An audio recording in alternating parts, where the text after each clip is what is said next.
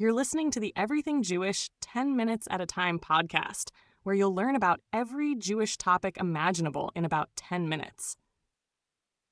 And as always, I apologize for all of my Hebrew pronunciation. I know I'm going to pronounce Hebrew words wrong, so instead of getting annoyed, I give you permission to laugh at how I say things. Today's topic is the fast of the firstborn. Now, let's get into this fascinating, slightly obscure, and yet incredibly meaningful tradition. Imagine this. You're gearing up for Passover, already stressed out about cleaning your house like a contestant on one of those extreme home makeover shows. You've got matzah crumbs haunting your nightmares and brisket recipes flying around your group chats. And then, on top of that, you find out there's this little thing called the fast of the firstborn. Yes, before you can sit back and enjoy your Seder plate with all its symbolic foods, there's an entire day meant to remind certain people not to take their survival for granted. So, what's the deal with this fast? Basically, it's a Jewish practice that applies to firstborn males. Why them? Because in the Passover story back in Egypt, there was the infamous 10th plague, the death of the firstborn. Egyptians lost theirs, but Jewish firstborns were spared. That's kind of a big deal, right? Imagine surviving a season finale cliffhanger where every main character might be killed off, and you're sitting there thinking, phew, I made it to the next season. That's the mood this fast is trying to capture. It's like a spiritual reminder of gratitude, survival, and humility all rolled into one. So, the tradition became that Jewish firstborn sons fast on the day before Passover, a way of remembering that their lives were spared. Now, if you're the firstborn in your family, this might sound like a cruel April Fool's prank, but trust me, it's been taken seriously for centuries. But don't panic too much. There are some loopholes and workarounds that soften the blow. The fast itself is not like Yom Kippur or Tisha B'Av, those intense days when you fast for 25 hours and even water is off limits. This one is more like a daytime fast that ends at nightfall, kind of like skipping brunch and lunch, but making it up at dinner. Still, let's be honest, fasting isn't exactly fun. Imagine scrolling through Instagram food reels while your stomach sounds like a lawnmower trying to start. Not ideal. But here's the twist. Most Jewish communities offer a way out. Attend a special meal called a siyum. That's a celebration for completing the study of a section of Jewish text.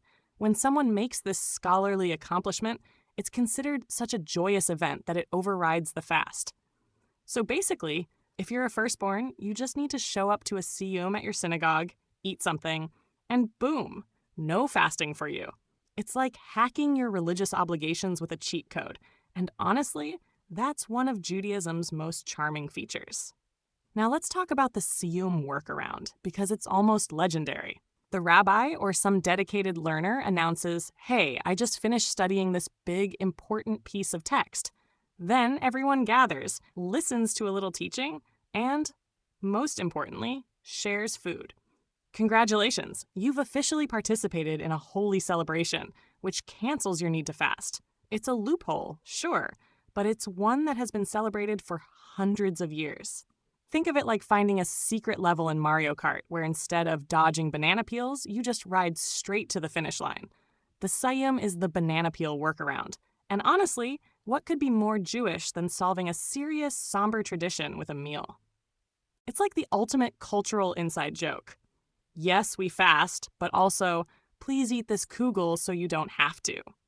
It makes the fast of the firstborn one of those rare Jewish obligations where people practically line up to get out of it, which adds its own kind of charm. Okay, but let's not lose sight of the deeper meaning here. Even if people get out of fasting through a siyum, the tradition still carries weight. It's a way of reminding Jewish firstborns, and really everyone, that survival isn't guaranteed, and gratitude should be part of life. Think about it like this. In movies, the survivor of a disaster always has that quiet moment of reflection before the credits roll. Katniss at the end of the Hunger Games, or the Avengers after beating Thanos. The fast of the firstborn is Judaism's way of baking that moment into the calendar. It says, hey, you're alive because of divine mercy. Don't forget that. And by tying it directly to the Exodus story, it locks that gratitude into the rhythm of Passover. So even if most people sneak out of it with a siyum, the reminder is still there. It's like having a pop-up notification on your phone that says, hey, be thankful today, except it comes wrapped in a tradition that goes back thousands of years. Now here's something funny. Technically, the fast applies only to firstborn males, but some communities extend it to firstborn females too, because, hey, equality. And others include fathers of firstborn kids if the kids are too young to fast. Imagine being a dad thinking, sweet, I survived being the firstborn, only to realize you're fasting again because your toddler can't yet. It's like when you think you've canceled a streaming service, but the bill still hits your card anyway. The flexibility shows how Jewish practice evolves and adapts. Some rabbis encourage everyone to reflect on the meaning, even if not everyone is obligated to fast. It's less about enforcing who starves all day, and more about creating a collective sense of memory and gratitude.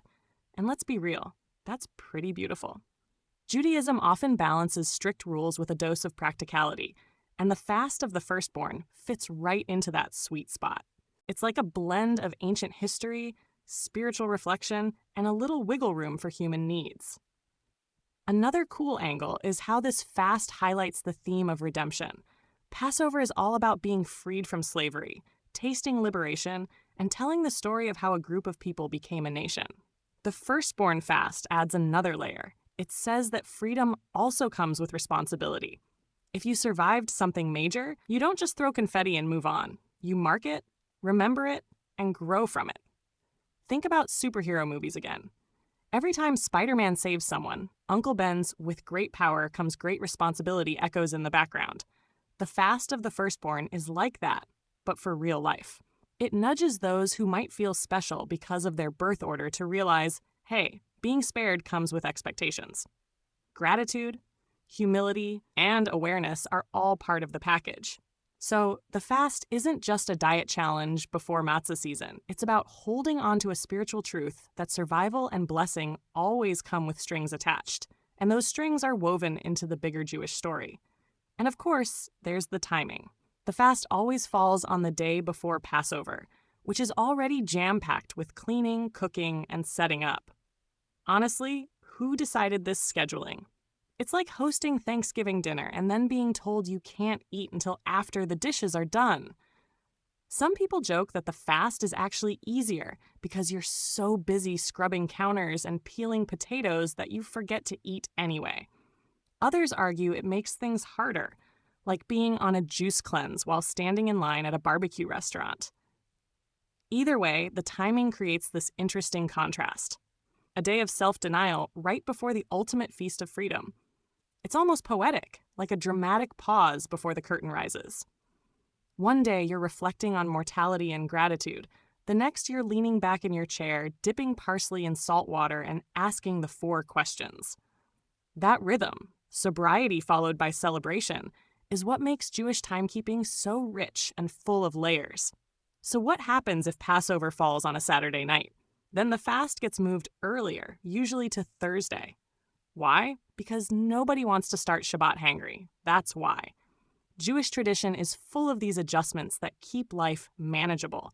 It's kind of like when your favorite streaming service drops a show earlier than expected, so you don't have to wait. The calendar shifts to keep things from clashing too much. That flexibility shows that while the fast of the firstborn is serious, it's not meant to wreck your life. It's about remembering, not suffering. The real point is to carve out a moment of thought before diving into the matzah and wine. And that's something I think a lot of us can relate to. We're all busy, constantly rushing from one thing to the next, but every now and then we need that pause, that reminder, that symbolic, hey, you're here, don't forget how wild and precious that is. That's the heart of this fast and why it endures. So to wrap this all up, the fast of the firstborn is one of those quirky traditions that sounds tough at first, but is really about something much deeper. It's about gratitude, memory, and responsibility, all tied back to that moment in Egypt when Jewish lives were spared. Yes, it's a fast, but it's a light one, with plenty of easy exits like the Siyum. Yes, it's technically for firstborn males, but communities often adapt it to fit modern values and practical realities. And yes, it happens right before Passover, which makes it feel almost like the universe is saying, take a moment to reflect before you dive into the matzo ball soup. At its heart, this tradition is a reminder that life itself is a gift, survival is never guaranteed, and gratitude is a muscle we need to exercise. So whether you're fasting, attending a Sayyum, or just learning about it for the first time, may you take away this simple message. Remember, be grateful, and maybe eat kugel afterward.